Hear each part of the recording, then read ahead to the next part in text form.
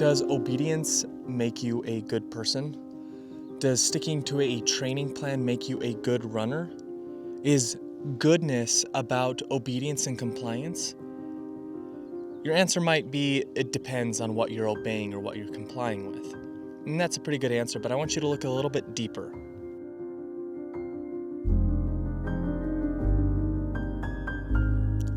What if being good isn't so much about following the rules as it is about breaking the rules?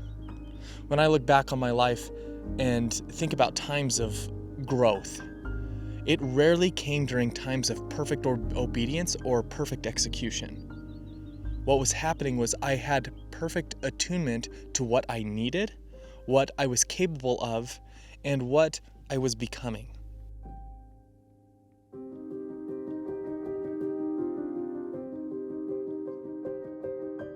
The moments that mattered most, the moments where I grew most, were not the moments that I was sticking to the script. The moments where I grew most were the moments where I knew when to leave the script behind to follow something deeper. If you're new here, welcome to the videos where curiosity drives the miles and the questions.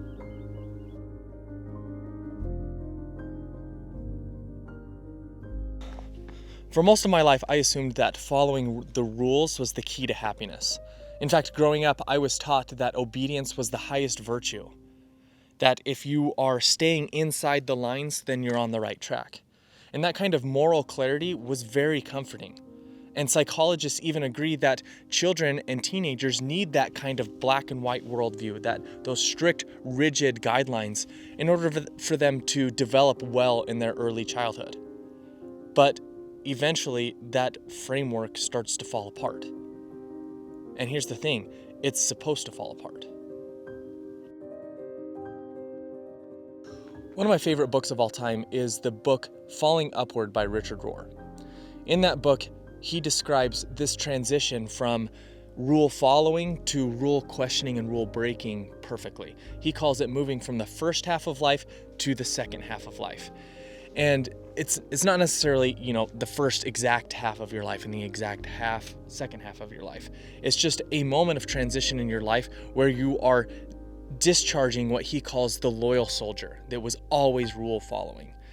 And what's important about this is that he describes how in the first half of life, we need the rigid guidelines. We need the black and white worldview.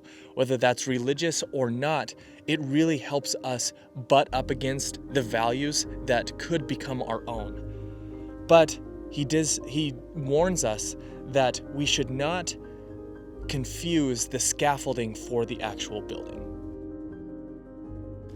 In the book, he says, you only internalize values by butting up against external values for a while. The first half of life is about discovering the script, and the second half of life is about writing it and owning it. What's beautiful about this is that Richard Rohr isn't dismissing rules. He's just reminding us that the rules were never meant to be the destination. And I fully agree with Richard Rohr on this. Rules exist for a reason. Without them, society would unravel. But the problem with rules is that they often force us to live in binaries. And real life isn't black and white. Real life doesn't exist like that. It is full of 1,000 shades of gray. And if we're unable to see the gray instead of just black and white, then we're forced to navigate fog trying to sort all of the gray into black and white, and that's not possible or useful. Life is complex. Life is nuanced. It is absolutely vital for a runner to follow a training plan, but it is equally as vital for the runner to know when to deviate from that plan. A wise runner knows when to adapt, when to push through, when to rest, when to trust the plan, and when we should pay attention to our body. Similarly, in life, it is absolutely essential for us to live by a set of values in order to live a good life. But those set of values are often going to collide in life, where telling the truth can cause unnecessary harm, where loyalty to one person might mean betrayal to another, and where justice and mercy pull in opposite directions. A wise person doesn't completely abandon their values, but they also don't apply them rigidly either. So no, to answer my initial question, following the rules does not make you good, it just makes you compliant. But it's not that obedience is bad, it's that what makes you good, what makes you wise is attunement. It is paying attention to the moment at hand, to the present moment. If you're able to pay attention, to attune yourself to what is needed in the moment, that's what makes you good. Goodness is about something deeper. Goodness is hard to achieve. It is not just simply blindly following something. It is paying close attention and adapting.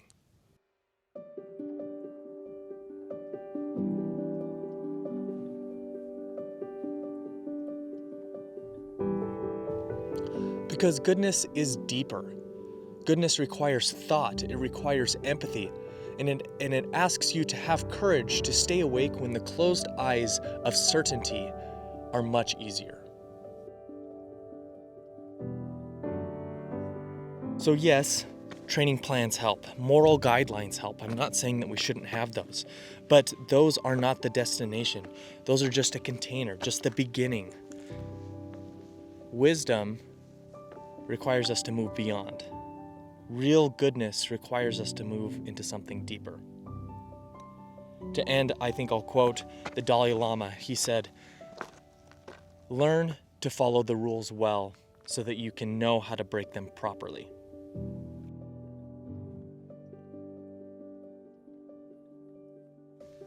I don't know, if this topic was interesting today or thought-provoking, I hope you'll subscribe and stick around, and I'll catch you in the next video.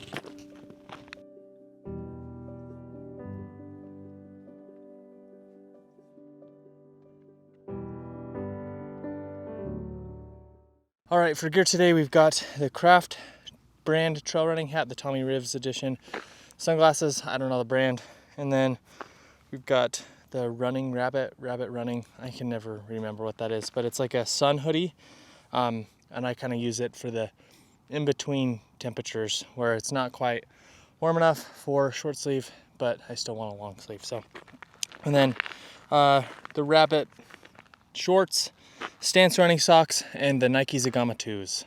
If you have any questions on the gear, let me know.